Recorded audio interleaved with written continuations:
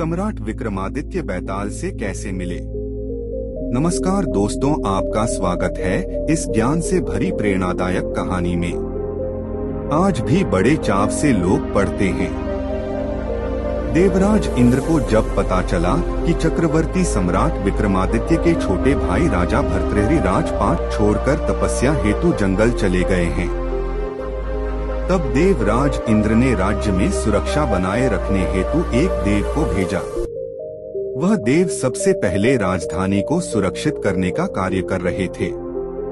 जब चक्रवर्ती सम्राट विक्रमादित्य को पता चला कि उनके छोटे भाई भर्तृहरि राज्य को छोड़कर तपस्या करने जंगल में चले गए हैं, तब वे वापस अपनी राजधानी की ओर वापस चल पड़े। जब सम्राट विक्रमादित्य अपने राजधानी पहुँचे तब आधी रात्रि हो चुकी थी। जिन देव को देवराज इंद्र ने भेजा था, उन्होंने सम्राट विक्रमादित्य को प्रवेश करने से रोक दिया। देव ने उनसे पूछा, तुम कौन हो? तब सम्राट विक्रमादित्य ने कहा, मैं इस भूमि का सम्राट विक्रम हूँ। यह मेरी राजधानी है। तुम मुझे रोकने वाले कौन होते हो? तुम अपना परिचय दो। यह सुनकर देव बोले, मुझे देवराज इंद्र ने इस नगर की सुरक्षा के लिए भेजा है। मैंने सुना है सम्राट विक्रमादित्य बड़े ही शक्तिशाली और समर्थ योद्धा हैं। तो आओ, मुझसे युद्ध करो और यह सिद्ध करो कि तुम ही सच्चे सम्राट विक्रमादित्य हो। सम्राट विक्रमादित्य ने युद्ध की चुनौती स्वीकार की। दोनों के बीच युद्ध हुआ। युद्ध में परास्त होने के बाद देव ने सम्राट विक्रमादित्य से कहा, हे राजन, आपने मुझे हरा दिया। मैं मानता हूँ कि आप ही सम्राट विक्रमादित्य हैं। देव ने सम्राट से कहा, हे राजन, मैं प्रसन्न हूँ कि आज मुझे युद्ध में अच्छी टक्कर मिली। प्रसन्नतावश मैं आपको एक जीवन दान का वरदान देता हूँ। विक्रमादित्य ने भी हाथ जोड़कर उनका वंदन किया। फिर देव ने कहा, हे राजन, जब आपका जन्म हो रहा था, उस समय एक ही नगर एवं नक्षत्र में 3 मनुष्यों का जन्म हुआ था, जिनमें से आपने राजा के घर में जन्म लिया, दूसरे ने तेली और तीसरे ने एक कुम्हार के घर में जन्म लिया। कुम्हार ने साधना से स्वयं को सिद्ध कर लिया है। उसने तेली को मारकर पिशाच बना रखा है। सिद्ध कुम्हार ने तेली के शव को शमशान में सिरस के पेड़ से लटका रखा है। वह आपको भी मारने आएगा। आप सावधान रहिए। यह सब कहकर देव वापस अपने लोक को चले गए। सम्राट को वापस आए देख प्रजा में आनंद की लहर दौड़ गई।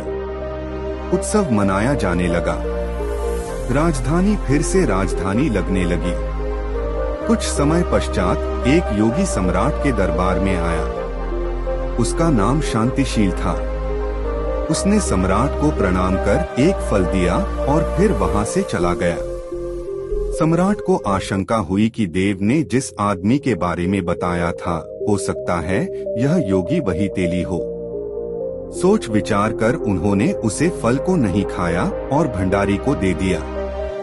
योगी प्रतिदिन आते और सम्राट को एक फल दे जाते। सम्राट प्रतिदिन उस फल को भंडारी को दे दिया करते। एक दिन सम्राट घोड़ों का जायजा ले रहे थे। तभी वह योगी वहीं पहुंच गया और उसने फिर से राजा को फल दिया। सम्राट के हाथ से वह फल छूटकर धरती पर जा गिरा।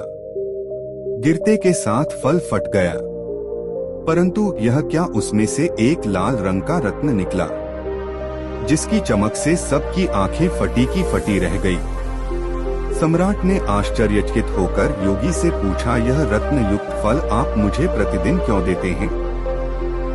तब योगी ने उत्तर दिया, हे महाराज, राजा, गुरु, ज्योतिषी, वैद्य एवं पुत्री विद्या के घर कभी खाली हाथ नहीं जाना चाहिए। जितना उच्च आपका उपहार होगा, उतना ही उच्च आपकी प्रतिष्ठा होगी। योगी के जाने के बाद राजा ने भंडारी को बुलवाकर सभी फल मंगवाए और सबको खोलकर देखने पर सबसे एक एक लाल रत्न निकला। तब सम्राट ने जौहरी को बुलवाकर रत्नों के परीक्षण करवाए। इससे पता चला एक एक लाल रतन छोटे मोटे राज्य के बराबर मूल्य रखते हैं। आश्चर्यचकित सम्राट ने योगी को बुलाने का आदेश दिया। एकांत में सम्राट ने योगी से पूछा कि आप इतने अमूल्य रत्न कहाँ से लाते हैं और मुझे क्यों देते हैं? तब योगी ने उत्तर देते हुए कहा, महाराज, ये रत्न मैं अपनी सिद्धियों से प्राप्त करता हूँ। गोदावरी नदी के किनारे शमशान में मैं एक साधना सिद्ध कर रहा हूँ। उसके सिद्ध हो जाने पर मेरे मनोरथ पूरे हो जाएंगे। इसके लिए आपकी मदद चाहिए। यदि मैं आपको पहले ही यह बता देता तो शायद आप मेरी बात बिना पूरा सुने ही मुझे भगा देते। इसलिए मैंने यह तरीका अपनाया। आप मेरी बात सुने, इसी का यह मूल्य है। साधना की अंतिम रात्रि पर मेरे सिद्धि स्थान पर अकेले आकर मेरी सहायता कीजिए राजन। इससे अधिक मैं अभी आपको बताने में असमर्थ हूँ। सम्राट सब समझ रहे थे। उन्होंने योगी को उत्तर देते हुए कहा, अच्छी बात है। साधना के अंतिम दिन सूचित कीजिएगा। मैं आपकी सहायता हेतु अकेला ही आऊंगा। कुछ दिन उपरांत वह दिन आ गया। सम्राट योगी के सिद्ध स्थान पर पहुँचे। थोड़ी देर बैठने के बाद सम्राट ने योगी से पूछा, योगी जी, मैं आपकी क्या सहायता कर सकता हूँ? तब योगी ने कहा, राजन, यहाँ से दक्षिण दिशा में 2 कोस दूर शमशान में एक सिरस का पेड़ है। उस पर एक शव लटका हुआ है। आप उसे मेरे पास लेते आइए।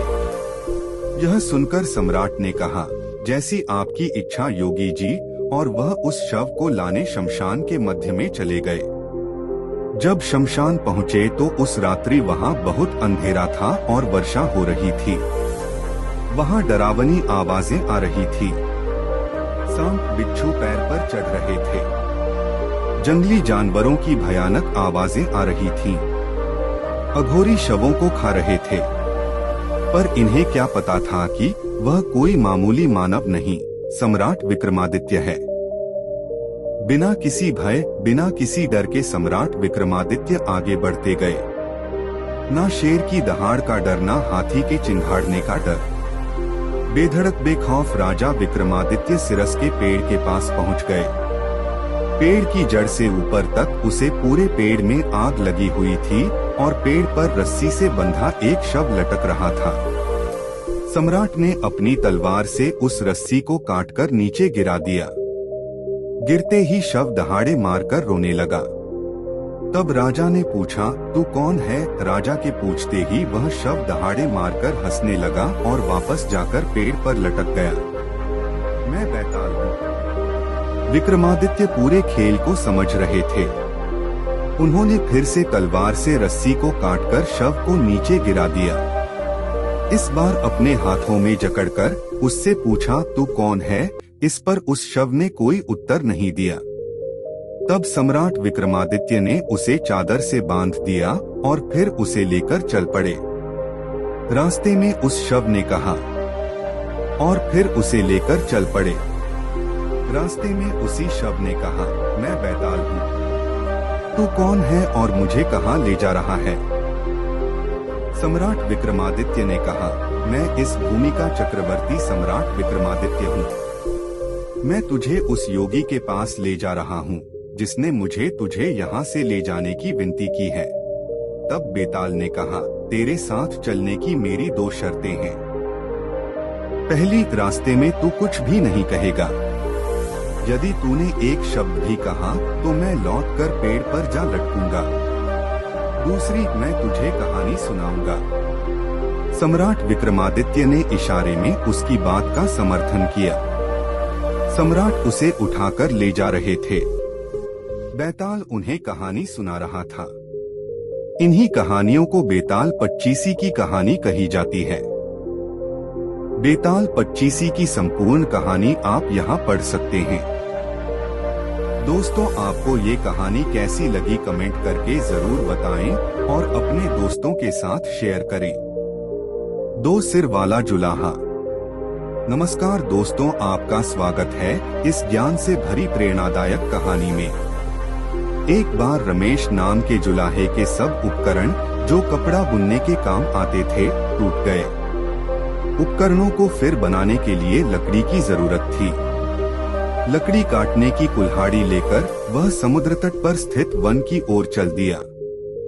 समुद्र के किनारे पहुंचकर उसने एक वृक्ष देखा और सोचा कि इसकी लकड़ी से उसके सब उपकरण बन जाएंगे। यह सोचकर वृक्ष के तने में वह कुल्हाड़ी मारने को ही था कि वृक्ष की शाखा पर बैठे हुए एक देव ने उसे कहा, मैं इस वृक्ष पर आनंद से रहता हूँ और समुद्र की शीतल हवा का आनंद लेता हूँ। तुम्हें इस वृक्ष को काटना उचित नहीं। दूसरे के सुख को छीनने वाला कभी सुखी नहीं होता। जुलाहे ने कहा, मैं भी लाचार हूँ। लकड़ी के बिना मेरे उपकरण नहीं बनेंगे, कपड़ा नहीं बुना जाएगा, जिससे मेरे कुटुंबी भूखे मर जाएंगे।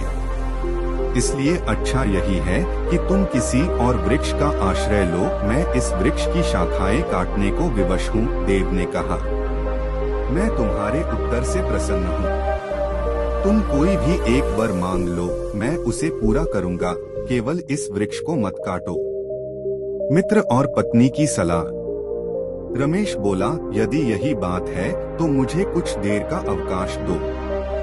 मैं अभी घर जाकर अपनी पत्नी से और मित्र से सलाह करके तुमसे वर मांगूंगा। देव ने कहा, मैं तुम्हारी प्रतीक्षा करूंगा। गांव में पहुंचने के बाद रमेश की भेंट अपने एक मित्र नाई से हो गई। उसने उससे पूछा, मित्र, एक देव मुझे वरदान दे रहा है। मैं तुझसे पूछने आया हूँ कि कौन सा वरदान मांगा जाए। नाई ने कहा, यदि ऐसा ही है तो राज्य मांग ले। मैं तेरा मंत्री बन जाऊंगा, हम सुख से रहेंगे। तब रमेश ने अपनी पत्नी से सलाह लेने के बाद वरदान का निश्चय करने की बात नाई से कही। नाई ने स्त्रियों के साथ ऐसी मंत्रणा करना नीति विरुद्ध बतलाया। उसने सम्मति दी कि स्त्रियां प्रायः स्वार्थपरायणा होती हैं। अपने सुख साधन के अतिरिक्त उन्हें कुछ भी सूझ नहीं सकता। अपने पुत्र को भी जब वह प्यार करती है तो भविष्य में उसके द्वारा सुख की कामनाओं से ही करती है। रमेश ने फिर भी पत्नी से सलाह किए बिना कुछ भी न करने का विचार प्रकट किया। घर पहुंचकर वह पत्नी से बोला, आज मुझे एक देव मिले हैं। वह एक वरदान देने को उद्यत है। नाई की सलाह है कि राज्य मांग लिया जाए। तू बता कि कौन सी चीज मांगी जाए। पत्नी ने उत्तर दिया, राज्य शासन का काम बहुत कष्टप्रद है। संधि विग्रह आदि से ही राजा को अवकाश नहीं मिलता।